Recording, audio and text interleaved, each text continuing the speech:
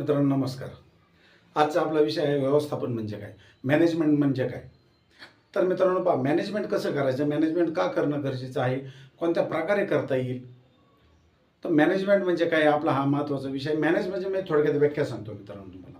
Management निसर्गाने दिलेल्या, पहा मित्रांनो समजून घ्या, निसर्गाने दिलेल्या जेवढी साधन संपत्ती आहे, मग त्यामध्ये तुमची जमीन असेल, पाणी असेल, हवा असेल, जंगल असेल, झाडे असतील, वनस्पती असतील, म्हणजे 84 लाख प्रकारचे जे जीव आहे, त्याच्यामध्ये मनुष्य जीवसुद्धा आहे, मनुष्य प्राणी देखील आहे.